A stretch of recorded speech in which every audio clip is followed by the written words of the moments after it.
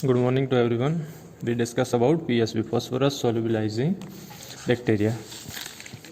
Phosphorus solubilizing bacteria. Soil bacteria belong to genera Pseudomonas and Bacillus. What is the ability which have phosphorus solubilizing bacteria? Means PSB has ability to insoluble phosphate convert into soluble form. Ability to convert insoluble phosphorus into soluble form through by secreting organic acids. Means के जो phosphorus solubilizing bacteria है वो क्या करते हैं, insoluble phosphor को उनके अंदर एबिलिटी है कि वो इनसॉल्युबल फॉस्फोरस को कन्वर्ट करके सॉल्युबल फॉर्म में कन्वर्ट कर सकते हैं by secreting organic acid secret करके इनसॉल्युबल जो भी फॉस्फोरस है उसको सॉल्युबल फॉर्म में कन्वर्ट करेंगे. इनोक्यूलेशन ऑफ सीड और seedling of wheat. Inoculation means के एप्लीकेशन इनोक्यूलेशन ऑफ सीड और seedling of wheat, rice, potato, chickpea with phosphobacteria increase grain yield. कितना वो ग्रेन यील्ड इंक्रीज करते हैं? By 7 to 50%. अगर हम सीरियल में, राइस में, पोटैटो में पीएसबी का इनोक्यूलेशन करते हैं तो वो कितना यील्ड इंक्रीज करते हैं? 7 to 50% यील्ड इंक्रीज करते हैं. और अब लास्ट में हमने कौन कौन सा डिस्कशन किया था? यस, न्यूट्रिएंट सॉल्युबलाइजिंग बैक्टीरिया, उसमें फॉस्फोरस सॉल्युबलाइजिंग बैक्टीरिया. अब कौन सा रिमेनिंग रहा? Vesicular arbuscular mycorrhiza means VAM. What is full form of VAM? Vesicular arbuscular mycorrhiza. Mycorrhiza means what? Root of fungus means roots of fungus. ये क्या करते हैं? जो भी रूट्स है, जो भी प्लांट के रूट्स है उसमें क्या करते हैं? पेनिट्रेट होते हैं. उस रूट में क्या करते हैं? पेनिट्रेट. उसके सेल में क्या? पेनिट्रेट. और वेसिकुलर और अर्बेस्कुलर टाइप के दो स्ट्रक्चर बनाते हैं. क्या? वेसिकुलर और अर्बेस्कुलर टाइप के दो स्ट्रक्चर बनाते हैं. वो कौन बनाता है? Fungi means fungus. Two type of structure उसके अंदर बनाता है. जो भी कॉर्टेक्स है, जो भी प्लांट का कॉर्टेक्स है उसके अंदर. Mycorrhiza fungi penetrate roots and form structure like vesicles and arbuscles within the cortex are called vesicular arbuscular mycorrhiza. Increase the uptake of phosphorus. इसकी वजह से क्या होता है? फॉस्फोरस का अपटेक इंक्रीज होता है. क्या? Increase Uptake of phosphorus. also increase not only phosphorus but also increase the uptake of zinc, Cu, manganese, copper and Fe iron. Worm क्या करता है? उसके कोई भी प्लांट है उसके कॉर्टेक्स के अंदर पेनिट्रेट होके वेसिकुलर एंड अर्बिस्कुलर टाइप के स्ट्रक्चर बनाकर उसके कॉर्टेक्स के अंदर पेनिट्रेट होता है. और क्या? प्लांट के अंदर phosphorus and zinc, copper, manganese and iron का अपटेक इंक्रीज करता है. तो ये वेसिकुलर अर्बिस्कुलर माइकोराइज का फंक्शन है mainly.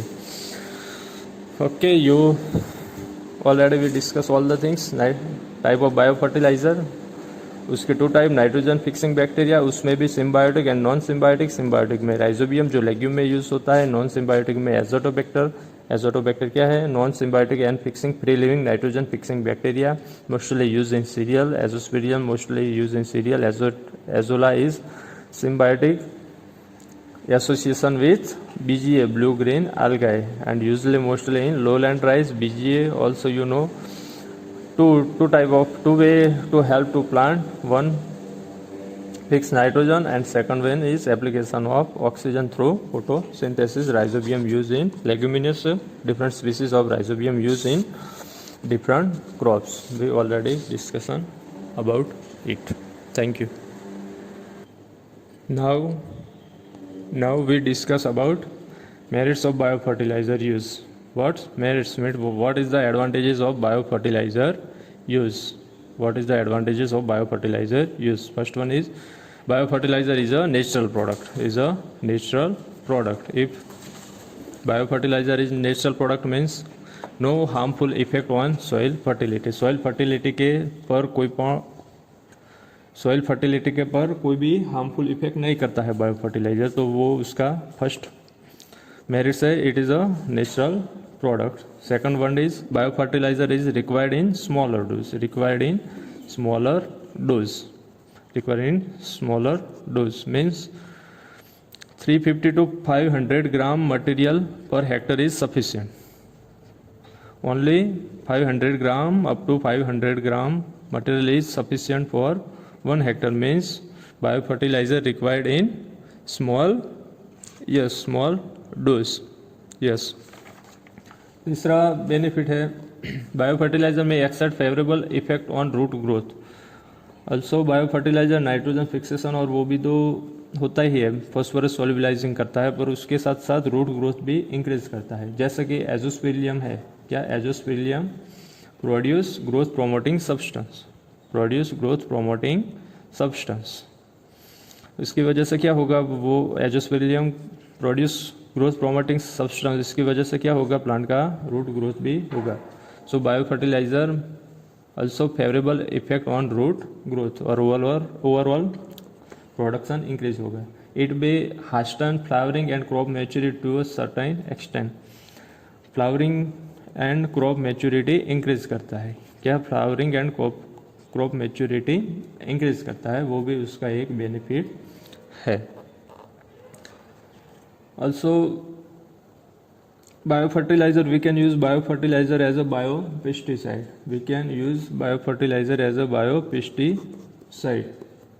For example, azotobacterium strain has shown potential to inhibit the seed-borne pathogen in some cereal के अंदर जो seed-borne pathogen होते हैं, seed-borne कोई भी डिसीज होता है, उसको कंट्रोल करने के लिए azotobacterium strain also useful proven हुई है, तो ये भी उसका बेनिफिट है. और last one is biofertilisers are renewable and pollution free. Means इसकी वजह से कोई पॉल्यूशन होता नहीं. अगर एक कोई भी फर्टिलाइजर है जैसे कि यूरिया है, तो उसका क्या, उसको जब भी हम फैक्ट्री में इसका प्रोडक्शन होगा तो क्या होगा, पॉल्यूशन होगा. जबकि हम जब बायोफर्टिलाइजर का प्रोडक्शन करते हैं तो वो पॉल्यूशन फ्री है, वो भी बेनिफिशियली है. and beneficially residual effects on soil fertility के पर भी beneficially effect, residual beneficially effect रहती है. जैसे कि कोई भी हम यूरिया को फील्ड के अंदर उसको एप्लीकेशन देते तो उसकी जो रेसिडुअल इफेक्ट है वो बेनिफिशियली नहीं है, वो हार्मफुल है. While if we give application of biofertilizer, then what is happen, their residual effect is beneficial. Means merits of biofertilizer, they are natural product, small dose is sufficient in 1 hectare, also increase root growth, likewise azosphylium also produce root growth promoting substance, also Huston increase flower and crop maturity, also used as a biopesticide. Also this one is the benefit, renewable and pollution free, and last one is beneficially reduce residual effect on soil fertility. This one is the mainly benefits of biofertilizer. Thank you. Now constraint to the use of biofertilizer. Constraint means what is, क्या क्या limit है biofertiliser use करने में. तो constraint to the use of biofertiliser, क्या क्या limit है, इसकी वजह से क्या क्या प्रॉब्लम है हमें बायोफर्टिलाइज़र यूज़ करने में.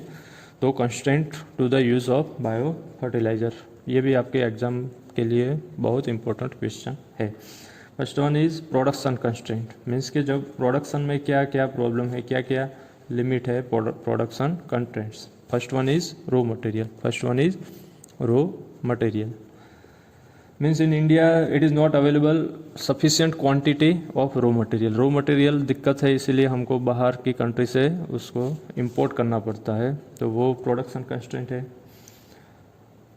then technical constraint. Mutation is the problem which arise during fermentation. Mutation, अगर हम फर्मेंटेशन करते हैं, mutation means suddenly heritable change. अगर वो हो जाता है तो क्या होता है, जो भी इफेक्टिवनेस ऑफ बायो फर्टिलाइज़र है वो क्या डिक्रीज हो जाती है. अगर हम टेक्निकल कंस्ट्रेंट में क्या है, अगर म्यूटेशन हो जाता है अगर फर्मेंटेशन में, तो जो भी बायो फर्टिलाइज़र की इफेक्टिवनेस है वो क्या होती है, डिक्रीज होती है. Then economics of production. Bio fertiliser के प्रोडक्शन के लिए हाईटेक इंस्ट्रूमेंट रिक्वायर्ड है. क्या हाईटेक इंस्ट्रूमेंट रिक्वायर्ड है, हाई टेक्नोलॉजिकल इंस्ट्रूमेंट की बहुत ज़रूरत है. Due to the absence of this facility to ensure the production of truly contamination free products is difficult. Hi-tech instrument कम होने की वजह से contamination free inoculum bio fertiliser production में डिफ़िकल्टी है. तो ये क्या है, production constraint. Okay, production constraint में रॉ मटेरियल बाहर से इंपोर्ट करना पड़ता है. टेक्निकल कंस्ट्रेंट में म्यूटेशन अगर होता है तो उसका वो डिक्रीज हो जाता है effectiveness. And third one is economic of production. High tech instrument contamination free bio fertiliser के लिए ज़रूरत है, वो कम होने की वजह से वो भी एक डिफ़िकल्टी है. दूसरा क्या, मार्केटिंग कंस्ट्रेंट. इसके मार्केटिंग में क्या क्या कंस्ट्रेंट है. फर्स्ट तो बायो फर्टिलाइज़र की लाइफ स्पान है. Life span of bio fertiliser is short.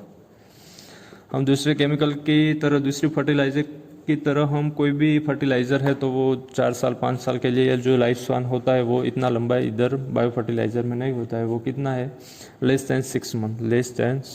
6 month से भी कम समय में हमको कोई भी बायो फर्टिलाइज़र यूज़ करना है, क्योंकि bio fertiliser is living organism. One type of content in biofertilizer is living organism, so we should use those biofertilizer less than 6 months.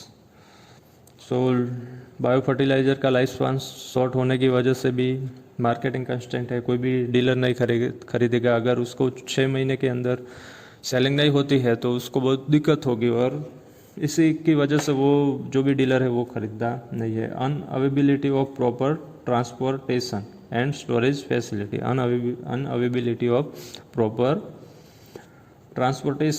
Transportation की भी प्रॉपर अवेबिलिटी नहीं है, एंड स्टोरेज फैसिलिटी भी नहीं है. इसका स्टोरेज के लिए थोड़ा कूल टेम्परेचर चाहिए, क्योंकि ये लिविंग ऑर्गेनिज्म है. Demand is limited. क्यों, क्योंकि unawareness of farmer to advantages of bio fertiliser. Farmer, किसानों को मालूम ही नहीं है कि इसका एडवांटेजेस क्या है, इसीलिए वो कोई भी परचेज ही नहीं कर रहे हैं. तो demand is limited because the unawareness of farmers. Lack of advocate proposal and publicity support because of being a low turnover product with limited demand and profitability. Lack of adequate publicity support. इसका उतना भी जो marketing होना चाहिए वो नहीं होता है, क्योंकि उसकी डिमांड कम है. Lake of interest on the part of dealer because slow disposal rate of the products. हमने ऑलरेडी डिस्कशन किया. Lake of interest on the part of dealers को उतना इंटरेस्ट नहीं है, क्योंकि ये इसका लाइफ स्पैन भी कम है और इसकी अवेयरनेस भी कम है, उसकी डिमांड भी कम है, इसलिए उसकी मार्केटिंग भी कम है, वो उतना खरीदते नहीं है. Lack of supply push the demand generation is extremely low and slow. Okay, third one is field level constraint. Existing soil condition such as acidity. अगर हमारी सॉइल में एसिडिटी ज़्यादा है, अल्कली सॉइल है, पेस्टिसाइड्स एप्लीकेशन ज़्यादा हमने की है, तो उसकी वजह से क्या होगा, बायो फर्टिलाइज़र की इफेक्टिवनेस डिक्रीज हो जाएगी. क्या हो जाएगी, डिक्रीज. बायो फर्टिलाइज़र की इफेक्टिवनेस क्या हो जाएगी, डिक्रीज हो जाएगी. लैक ऑफ, क्योंकि एसिडिटी सॉइल के अंदर है, वो लिविंग है, अल्कलिनिटी ज़्यादा है, हमने ज़्यादा पेस्टिसाइड यूज़ किया है, तो उसका क्या जो लिविंग ऑर्गेनिज्म है वो क्या उनकी जो एबिलिटी है फिक्स नाइट्रोजन वो क्या हो जाएगी, डिक्रीज हो जाएगी, क्योंकि ये लिविंग है. Okay, presence of certain toxic element and deficiency of phosphorus, CO and MO is unfavourable for bacterial fertiliser. अगर सॉइल के अंदर डेफिशिएंसी ऑफ पीओ, डेफिशिएंसी है, डेफिशिएंसी ऑफ फॉस्फोरस है, कॉपर है, कोबाल्ट है, तो क्या होगा इसकी वजह से जो डेफिशिएंसी होगी तो अनफेवरेबल, वो अनफेवरेबल है for bacterial fertiliser. Bacterial fertiliser के लिए वो इसकी डेफिशिएंसी अनफेवरेबल होगी। क्या होगी? अनफेवरेबल होगी। तो भी वो प्रॉपर तरीके से काम नहीं कर पाएंगे। जो ज़्यादा फिक्सेशन करते हैं नाइट्रोजन का वो प्रॉपर तरीके से नहीं कर पाएंगे। तो अगर कोई वाटर लॉगिंग कंडीशन है, अगर सॉइल वाटर लॉगिंग कंडीशन है और ड्रॉट है तो भी क्या होगा? Reduce effectiveness of bio fertiliser. Okay, फिर से constraint to the use of bio fertiliser. Constraint to the use of biofertilizer. First one is production constraint, second one is marketing constraint, and third one is field level constraint. What is production? Low raw material is low, mutation problem, and third one is we require high technological instrument, but it is not available proper here. Second one is marketing constraint. Lifespan is short, less than 6 months. Proper transportation facility is not available. Demand is low because among farmer there are no awareness, lack of interest among dealers. So वो marketing constant है। Field level constant, अगर soil acidic है, alkali है, उसके अंदर ज़्यादा pesticide का use किया है तो उसकी एफिशिएंसी बायो फर्टिलाइजर की रिड्यूस हो जाएगी। डेफिशिएंसी ऑफ फॉस्फोरस सॉइल के अंदर डेफिशिएंट है, कोबाल्ट डेफिशिएंट है, तो भी क्या होगा? वो बैक्टीरियल ग्रोथ नहीं कर पाएंगे। इसकी वजह से इफेक्टिवनेस कम हो जाएगी। अगर सॉइल में वाटर लॉगिंग कंडीशन है, पानी भरा हुआ है, ड्रॉट है, तो क्या होगा? ड्रॉट की वजह से दुष्काल, उसकी वजह से क्या होगा? We also reduce effectiveness of bio fertiliser. Now precaution for the use of bio fertiliser. हमको क्या क्या प्रिकॉशन रखना है?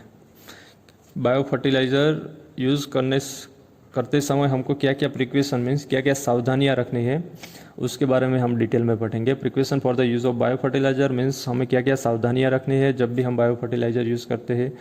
तो first one is keep the packet of the culture at a cool and shady place. जो भी cool है and shady place है वहीं पर ही हमें उसका जो भी बायो फर्टिलाइजर का पैकेट है वो हमें रखना है। कहाँ पर? कूल एंड शेडी प्लेस पे। ऐसा नहीं कि हॉट प्लेस पे रखना है। वो क्या है? लिविंग ऑर्गेनिज्म है।